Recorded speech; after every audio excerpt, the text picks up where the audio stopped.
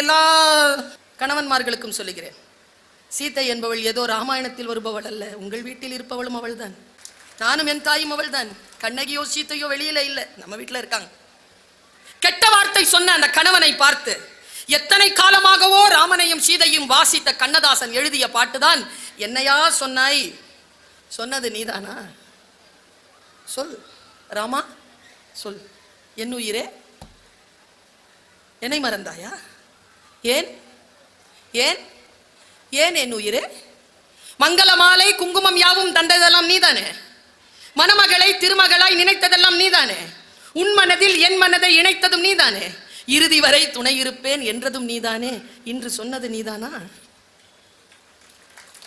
தெய்வத்தின் மார்பில் சூடிய மாலை தெருவினிலே விழலாமா, தெருவினிலே விழுந்தாலும் வேறொரு கைப்படலாமா, ஒரு கொடியில் ஒரு முறைதான் மலரும் மலரல்லவா, ஒரு மனதில் ஒரு முறைதான் வளரும் உறவல்லவா, இன்று சொன்னது நீ தானான்னு சொல்லும் போதே கண்ணீரோட முடியும் அந்த பாட்டு. நீங்க வாழ்க்கையில் சில வாய்ப்புகள் உங்களை தேடி வருகின்ற பொழுது, வார்த்தைக்கான விளக்கங்கள் வேறுபடுகின்ற பொழுது உள்ளத்திற்குள் ஒரு ஒளி பரவும் பாருங்க, அந்த பேரின்பம் நமக்கு வேறு எதிலுமே கிடைக்காது. அந்த சொல் தேடி தானே வந்திருக்கிறீர்கள், அந்த மனம் பரவசம் அடையக்கூடிய அந்த ஒரு சொல் தேடி தானே வந்திருக்கிறீர்கள். நான் சொல்லுகிறேன், எங்க வீட்டில் வயசான ஒரு அம்மா இருந்தாங்க. அவங்க சொன்னாங்க, ஏய் இங்க வா, இந்த பாட்டு கேளு. நான் பாட்டு நான் கேட்ட பாட்டு தான். அதுல ஒரு சரணம் வரும் தெரியுமாங்க, ஒரு கொடியில் ஒரு முறைதான் மலரும் மலரல்லவா, ஒரு மனதில் ஒரு முறைதான் வளரும் உறவல்லவா. சொல்லிட்டு சொல்றாங்க, நெஞ்சில் ஒரு ஆலயம் தானே அந்த படம். அந்த படத்துல அந்த பொண்ணு ஏற்கனவே இன்னொருத்தனை விரும்பி இருப்பா. தமிழ் பெண்கள் எதையே யாரையேனும் காதலித்தால் அவர்களை கணவனாகத்தான் நினைத்து காதலிப்பார்களே தவிர மற்றவாறாக காதலிக்கின்ற மரபு தமிழ் பெண்களுக்கு இல்லை. அவள் வாழ்க்கையில் வேறு ஒருத்தரை திருமணம் செய்து கொள்ளக்கூடிய கட்டாயம் வந்தது. அந்த பாட்டு அந்த பெண்ணுக்கு பொருந்தாது. ஆனா அந்த படத்தை பார்த்தா அந்த பொண்ணுடைய பேர் வச்சிருப்பாரு டைரக்டர், சூப்பர் பேர் வச்சிருப்பாரு, சீதான்னு. கண்ணதாசன் எழுதிய பாட்டு. என் மனம் லேட்டரல் திங்கிங்ல போகுது, பக்கவாட்டு யோசனையில் போகுது, ஒரு அனலிட்டிக்கல் திங்கிங்ல போகுது. ஓகே, இது நெஞ்சில் ஒரு ஆலயம் திரைப்படத்திற்காக அந்த கதாநாயகிக்கு எழுதிய பாட்டல்ல, இது கம்ப ராமாயணத்தில் சீதைக்காக எழுதிய பாட்டு. எப்போ ராமன் சொன்னான்ல நெருப்புல இறங்குன்னு சொன்னானா, சொல்லும் போது கம்பராமாயணத்தை படிச்சு பாருங்க, கெட்ட வார்த்தைகள் நிறைய இருக்கு. சீதைக்கு எதிராக ராமன் சொன்னது, ஊந்திரம் உவந்து இருந்தனை ஒழுக்கம் பாழ்பட மாண்டிலை, நீ செத்து போ, நீ ஒழுக்கம் இல்லாம வாழ்ந்துட்டன்னு திட்டான் ராமன் ராமாயணத்துல. அந்த பெண் ஒண்ணுமே சொல்லலைங்க. கம்பருடைய சீதா எதுவுமே சொல்லல. லக்ஷ்மணனை பார்த்து நெருப்பு வையினா, அவன் கண்ணில் குறான், அவன் சொல்றான் நெருப்பு வைப்பான்னு, உள்ள இறங்கிட்டான், நெருப்பு அணைஞ்சிருச்சு. நான் ஒரு விஷயம் சொல்றேன் பாருங்க, தலைவிரி கோலமாக உட்கார்ந்து இருந்தவளை போய் பார்த்தவன் பார்த்தன் அர்ஜுனன். இதான் காட்சி. உள்ள நுழையிறான், அவ உட்கார்ந்துருக்கா. திரௌபதி நல்லா இருக்கிறியாமா? நான் நல்லா இருக்கிறேன், நீங்க எப்படி இருக்கிறீங்க? நான் நல்லா இருக்கிறேம்மா, ஏதோ உன்னை பார்க்கணும்னு தோணுச்சு, அதான் வந்தேன். கர்ணனை இன்னும் நீங்க கொல்லலையே, நாளைக்கு கொன்று விடுகிறேன் திரௌபதி, அவனை கொல்வதற்கு முன்னால் உன்னை பார்த்து விட்டு போகத்தான் வந்தேன். இப்படி பேசிக்கிட்டே இருக்கும்போது தர்மர் உள்ள வந்துட்டாராம். தர்மனுக்கு தெரியாது இவன் உள்ள இருக்கிறான். போர் பாசறையில் அவன் தனியா இருப்பான்னு நினைச்சிட்டு வந்துட்டார். உள்ள வந்த உடனே அவருக்கு ஒரு மாதிரி ஆயிட்டார். அர்ஜுனனை பார்த்து கோபமா கேட்டாராம், அங்க போர்க்களத்துல போர் ஆரம்பிச்சிருச்சு, இங்க என்னப்பா பண்ணிட்டு இருக்கிற நீ? அதே ஸ்டேட்மெண்ட் இங்க இருக்குது அர்ஜுனனுக்கு. ஆனா பெரியவங்கல்ல, அதனால எதிர்த்து இது போறேன்னா திரௌபதியை பார்க்க வந்தேன். நான் பெரிய திரௌபதியை பார்க்க வந்தேன். கர்ணனை கொன்னியடா? நாளை கொல்கிறேன் அண்ணா. நாளை கொல்றானா? நாளை கொல்கிறான். உன் கையில இருக்கிறது வில்லா இல்ல புல்லாடா? இவ்வளவு நேரம் நல்லா இருந்த சிச்சுவேஷன் டம்மன துயரத்திற்குள்ள வந்துருச்சு. ஏனென்றால் அவன் சொன்ன சொல் கெட்ட வார்த்தை. அர்ஜுனன் தன்னுடைய குருவின் மீது ஆணையிட்டு இருக்கிறானாம், என் காண்டிபத்தை யாரேனும் குறை சொன்னால் அவர்களை சிறைச்சேதம் சென்று செய்து விடுவது, இல்லை என்றால் தான் அக்னி சமாதி அடைவது. இப்ப என்ன செய்யணும்? யார? தர்மன. ஓன்னு அழறாங்க திரௌபதி. ஐயோ எவ்வளோ பெரிய அனாவசியமான விஷயம் நடந்து போச்சேன்னு ஓன்னு அழுதாங்க. திரௌபதி அழுதாங்க. யார் வருவா? யார் வருவா? கிருஷ்ணர் வந்துட்டார். ஹே Draupadi, why are you crying? Who hurt you? இப்பவே சொல்லு, அழிச்சிடுறா அவங்கள. யார் உன்னை அழ வச்சது? இல்ல கிருஷ்ணா, ஒரு பெரிய தப்பு நடந்து போச்சு. என்ன தப்பு நடந்து போச்சு? இதோ இவர் வந்தாரா, இப்படி சொன்னாரா, ஒரு காண்டிபத்தை இவர் குறை சொன்னாரா, இல்லா இல்ல புல்லான்னு கேட்டு விட்டார் கிருஷ்ணா. அவ்வளவுதானே? டேய் வாங்கடா ரெண்டு பேரும். தர்மா இல்லைங்க இங்க. ஓய் அர்ஜுனா இங்க வா. என்ன சொன்னான்? காண்டிபத்தை குறை சொன்னான். கொன்னுடு, கொன்னுடுறா. ஓ நடுறா திரௌபதி. கொல்ல முடியாது. அண்ணனை எப்படி கொல்லணும்னா கொல்றது இல்லடா, சாஸ்திரப்படி கொன்னுடு. சாஸ்திரப்படி கொல்றதுன்னா என்ன? அவனோட பெரியவன் தானே? ஆமா. அவனை எதிர்த்து அவர் சொன்னது, கிருஷ்ணன் சொன்னது, நீ வா போன்னு சொல்லு. அவனை எதிர்த்து திட்டு, அவனை திட்டு. உன்னை விட வயசானவன் தானே, திட்டு. திட்டுனா அந்த சாபம் போயிடும்டா, சாஸ்திரப்படி போயிடும். அவன் சின்ன வயசுல இருந்து மனசுல வச்சிருந்ததை எல்லாத்தையும், நீலாம் ஒரு அண்ணன், எனக்கு முன்னால பிறந்தவன், நீ பிறந்ததுனாலே எல்லாமே உனக்கு கிடைச்சிருச்சு, பாடுபடுறது நான், நீலாம் ஒரு மனுஷனடா. உனக்கு தானடா அம்மா குந்தி, எனக்கு அம்மாவா என்னைக்காவது இருந்திருக்காளடா? உனக்கு தான் அன்பு இருந்திருக்கு. எல்லாம் பேசுறாங்க. அவன் பேசி முடிச்சுட்டு கிருஷ்ணர் சொல்றார், ஏய் கொலை பண்ணி முடிச்சாச்சுடா, இன்னும் ஏன்டா அடிச்சுக்கிட்டே இருக்கிற? அப்பா சாஸ்திரப்படி கொலை பண்ணியாச்சு, ஓகே வா போலான்னு உடனே நிறுத்துறாரு கிருஷ்ணன். இரு, சாஸ்திரப்படி நீ ஒரு பெரியவனை கொண்டு இருக்கிற, அதுக்கு ஒரு தண்டனை உண்டு. என்ன தண்டனைன்னு பாக்குறாங்க பாரு மூணு பேரும். அந்த மாதிரி யாரையாவது சாஸ்திரப்படி கொலை பண்ணியிருந்தா அதுக்கு தண்டனை, யார் அந்த கொலை தண்டனை செய்தார்களோ அவர்கள் தற்கொலை செய்து கொள்ள வேண்டும். ஐயோ அழுறா திரௌபதி. இவன் போயிருந்தாலாவது பரவாயில்ல, அவன் போனா யாரு கர்ணனை கொல்றது, தன்னுடைய சபதம் எப்படி நிறைவேறும்? ஓன்னு அழாத அழாத. இரு இரு இரு, வாடா. சாஸ்திரப்படி தற்கொலை பண்ணிக்கலாமா? இன்னைக்கு பண்ணிக்கோ. சரி வா. நான் யார்? நல்ல கவனமா கேளுங்க. நான் யாரு? கிருஷ்ணன். அதெல்லாம் விடு, உண்மையாலும் உன் மனசை தொட்டு சொல்லு. நான் யாரு? நீ என் குரு, அப்புறம் நீ கடவுள், அப்புறம் நீதான் பரம்பொருள். உன்னை விட நான் பவர்ஃபுல்லான ஆளா? ஆமா. எங்க எனக்கு முன்னால நீ புகழ்ந்து பேசிக்கோ. உனக்கு முன்னால பேசட்டுமா? பேசு.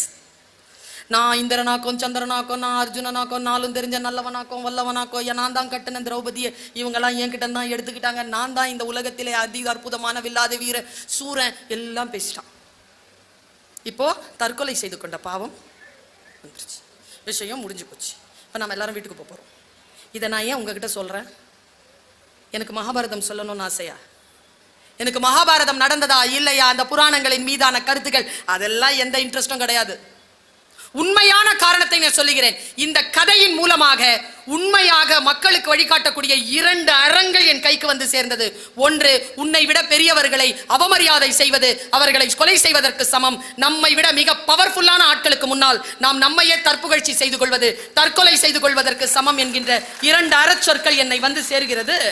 ஏங்க ஒரு பரிசில் நீங்க கையில பேக்கெட்டா தூக்கிட்டு வர வேண்டியதா இருக்கு. உங்களுக்கு பாருங்க 4-5 பை ட்ரெஸ்லயே.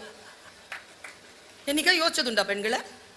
இந்த கையில் ஒன்றை பச்சை பிள்ளைய கையில் தூக்குற மாதிரி காவிக்கிட்டே சுற்றணும். பாருங்க அந்த அம்மா கை அப்படியே பிள்ளைய வச்சிருக்கிற மாதிரியே வச்சிருக்கு. அவர் பாருங்க ஜாலியாக இருக்கிறார். எல்லாம் பர்ஸு 5 பர்ஸில் வச்சிருக்கு. நானும் ஒரு நாள் புடவையில் தைச்சிக்கலான்னு தான் பார்த்தேன் மேடம். ஒரு நாள் பர்ஸு ஒரு இடத்துல இருக்கு, இன்னொரு நாள் பர்ஸு இன்னொரு இடத்துல இருக்கு. நம்ம பெண்களுடைய மெட்டபாலிசம் அப்படி. என்ன பண்ணுறது? கார்போஹைட்ரேட் சாப்பிட்ற சமூகம். அவ்வளோ வேலை வாங்குறீங்க, ஆரோக்கியமாக இருக்க முடியுதா? ஒவ்வொரு நாள் பிளவுஸ் மாட்டும் போதும் பிபி மிஷின் மாற்ற மாதிரியே இருக்கு. புரிந்தவர்கள் கைத்தட்டுகிறார்கள், சிரிக்கிறார்கள். இன்றைய இளைஞர்கள் மீது எனக்கு ஒரு கவலை உண்டு. என்ன தெரியுமா? நிறைய ஆசை வச்சிருக்கீங்க, நிறைய ஆசை வச்சிருக்கீங்க. என்ன பிளான் வச்சிருக்கீங்க? ஆசைகள் நிறைவேறுவதற்கு என்ன பிளான்? சொல்லல்ல, சொல்லில் உயர்ந்த சொல் செயல். என்ன செயல் வைத்திருக்கிறீர்கள்? இன்னைக்கு இருக்கிற செய்தியை நான் சொல்றேன். ஒருத்தர் ஒரு நாயை வளர்க்கிறாரு 10 வருஷமா. அவருக்கு வயசாயிடுச்சு, நாய்க்கு வயசாயிடுச்சு, அவருக்கு ஹார்ட் அட்டாக். இன்னைக்கு தினத்தந்தி செய்தி. அவருக்கு ஹார்ட் அட்டாக். ஆம்புலன்ஸ் சொல்லி ஆம்புலன்ஸ்ல ஏத்துறாங்க. ஆம்புலன்ஸ்ல தெரியும் நாயை ஏத்த மாட்டாங்க, மூடிட்டாங்க. பின்னால் அந்த நாய் நிக்குது, வளர்ப்பு நாய். ஊய் ஊய் ஊய் ஊயின்னு சொல்லிட்டு கிளம்பிருச்சு ஆம்புலன்ஸ். Door closed. நேரா ஹாஸ்பிட்டல்ல தான் போய் நிற்கும். இந்த நாய் அந்த ஆம்புலன்ஸ் பின்னால ஓடுது. ஆம்புலன்ஸ் எவ்வளவு வேகமா போகும்? 7 கிலோமீட்டர்.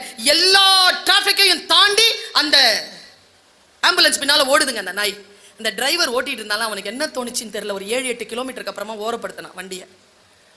ஓரப்படுத்திட்டு கீழே இறங்கி கதவு திறந்தான். அந்த நாய் உள்ள ஏறிடுச்சு. கதவை மூடிட்டு வண்டியை எடுத்துக்கிட்டு ஆஸ்பத்திரிக்கு போயிட்டான். ஆஸ்பத்திரி அந்த ஆளை காப்பாத்துமா இல்லையான்னு எனக்கு தெரியாது.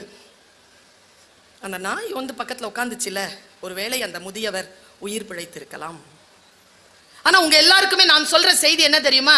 இதல்ல, இந்த இமோஷனல் ப்ராப்ளமத்தையும் நான் சொல்லல. நான் சொல்ல வந்த செய்தி என்ன தெரியுமா? அந்த நாய் கிட்ட ஒரு சின்சியாரிட்டி இருந்ததுங்க.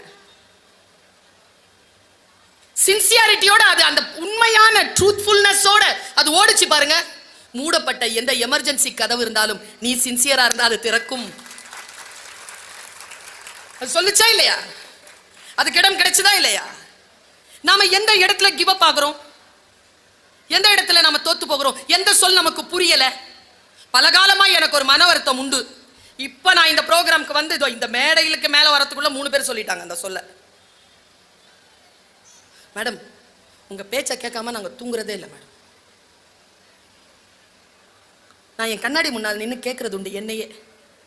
ஏ பர்வீன் சுல்தானா, தூங்க வைக்கவா பேசுற? எவ்வளவு வலிக்கும் தெரியுமா? உங்க பேச்சை கேட்காம தூங்குறதில்ல, உங்க பேச்சை கேட்காம என் வைஃபுங்க உங்க பேச்சை கேட்காம தூங்குறதே இல்லைங்க. எனக்கு அந்த சொல்லுக்கான பொருள் எப்போது ரொம்ப காலத்துக்கு அப்புறம் 15-20 வருஷத்துக்கு அப்புறமா புரிஞ்சுதுங்க. சொல் புரிந்தால் இருக்கக்கூடிய சுகம் இருக்கு பாருங்க குழந்தைகளே, அது போல் ஒரு பேரின்பம் வேறு கிடையாது. ஏய் டாக்டர் சுல்தானா, இங்கிலீஷ்ல சொல்றா, உன் பேச்சு ஸ்லீப்பிங் பில்ஸ், தூக்க மாத்திரை தெரியுமா உனக்கு? நீயுமா? வெளிநாட்டுல இருந்து நீயுமாமா? நாங்கெல்லாம் முழிச்சு வேலை செஞ்சுட்டு இருக்கும்போது அங்க ராத்திரி அது சொல்லுது, உன் பேச்சை கேட்காம நானும் தூங்குறது இல்லை. சொல்லிட்டு அவ கீழே ஒரு விளக்கம் தந்திருந்தா, அப்பதான் அந்த சொல் எனக்கு புரிகிறது. உங்க பேச்சை கேட்டுதான் நான் தூங்குறேன், உங்க பேச்சு கேட்காம நான் தூங்குறது இல்லை. என்ன அர்த்தம்? என் பேச்சு ஏன் தூக்கத்தை தருகிறது? ஒன்று, எல்லா பெண்களையும் எல்லா இளைஞர்களையும் இந்த உலகம் கசக்கி பிழிந்து நீ எதற்கும் லாயக்கற்றவள் என்ற மன உளைச்சலோடு படுக்கையில் கிடக்கின்ற பொழுது போன் எடுத்து இப்படி பாக்குறீங்க. நான் தோன்றுகிறேன், நான் சொல்லுகிறேன், வாழ்க்கை அழகானது, உனக்கு என்று ஒரு வாய்ப்பு வரும், அந்த வாய்ப்பை நீ பயன்படுத்திக் கொள். நீ சுயமரியாதை மிக்கவள், நீ ஆரோக்கியமானவள், நீ நிர்வாகத்தில் உயர்ந்தவள் என்று நான் சொல்லுகிறேன். உன் மனம் அந்த உளைச்சலில் இருந்து அமைதி அடைகிறது. நீ நாளை விடியலுக்காக காத்திருப்போம் என்று சொல்லி அமைதி அடைந்து தூங்குகிறாய். அப்படி என்றால் என் சொல் தூக்க மாத்திரை தானே? சொல் புரியுதா எனக்கு? எல்லா சொல்லுக்கும் இன்னொரு பக்கம் உண்டு தானே? நான் அப்படி நினைச்சு சொல்லல, அப்புறம் வேற எப்படி நினைச்சு சொன்னேன்? எல்லா விஷயங்களுக்கும் இப்படி ஒண்ணு சொல்றேங்க, எனக்கு தோணுது அதனால சொல்றேன். மாற்று கருத்து இருக்கலாம், எல்லா கருத்துக்கும் மாற்று கருத்து வேண்டும் தானே? ஆரோக்கியமாக இருந்தால் அந்த கருத்துக்கள் வரவேற்கப்படுவது. நான் ஒரு கிளாஸ் நடத்திட்டு இருக்கேன். இங்க இருக்கக்கூடிய பெரிய உயரதிகாரிகளுக்கு சொல்லுகிறேன், பெரிய பெரிய பொறுப்பில் இருக்கின்றவர்களுக்கு சொல்லுகிறேன். நம் வகுப்பில் இருக்கக்கூடிய குழந்தைகள் தான், நம் வீட்டில் இருக்கக்கூடிய மனைவியோ கணவனோ குழந்தையோ தான். நான் நேத்து கிளாஸ் நடத்திட்டு இருக்கும் பொழுது ஒரு புக்கு விற்பனை, அதுல 29 ரூபாவாப்பா கொடுத்துருப்பா. 30 ரூபா மேடம். ஆமா பெருசா 1 ரூபா அதிகமாயிடுச்சு, 30 ரூபா கொடுத்துரு அப்படின்னு. இந்த பொண்ணு சொன்னாங்க ஒரு வார்த்தை, எழுந்திருச்சு நின்னுல, ma'am 1 rupee matters ma'am. Yes, 1 ரூபாய் என்பது சாதாரணமானதா? தேங்க்யூ ஃபார் என்லைட்டன் மீ குழந்தாய், உட்காரு. 1 ரூபாய் என்பது கணக்கில் வரும். 99 ரூபாய் இருந்தால் அது 100 ரூபாய் அல்ல, 1 ரூபாய் வர வேண்டும். 1 லட்சம் ரூபாய் கூட 1 ரூபாய் குறைந்தால் 1 லட்சம் ரூபாய் கிடையாது. 1 ரூபாய் என்பது இட் மேட்டர்ஸ். சொல்தானே? எனக்கு புரிகிறது. புரிந்து கொள்வதற்காக என்னுடைய ஈகோவை கழற்றி வைத்துக் கொண்டு thank you my dear, thank you for enlightening me என்று சொல்லக்கூடிய ஆசிரியம் என்னிடத்தில் இருப்பதனால் என் குழந்தைகள் ஃபெயில் ஆவதில்லை. அங்க காட்டுவதல்ல என் புத்தியை,